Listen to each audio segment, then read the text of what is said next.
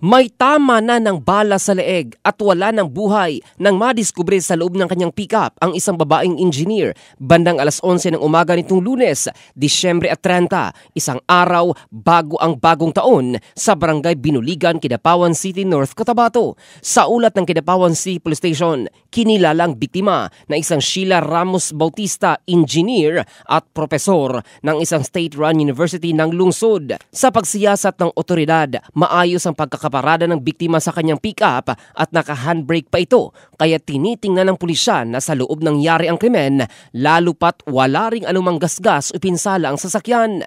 Batay naman sa salaysay ng asawa ng biktima, maghahatid lang umano ng order na branded na sapatos ang kanyang misis sa isang hindi kilalang customer. Blanco pa ngayon ang pulisya sa motibo ng krimen, habang nananawagan naman ng hustisya ang pamilya ng engineer at agarang pagkarakip ng nasa likod ng pagpaslang sa kanya.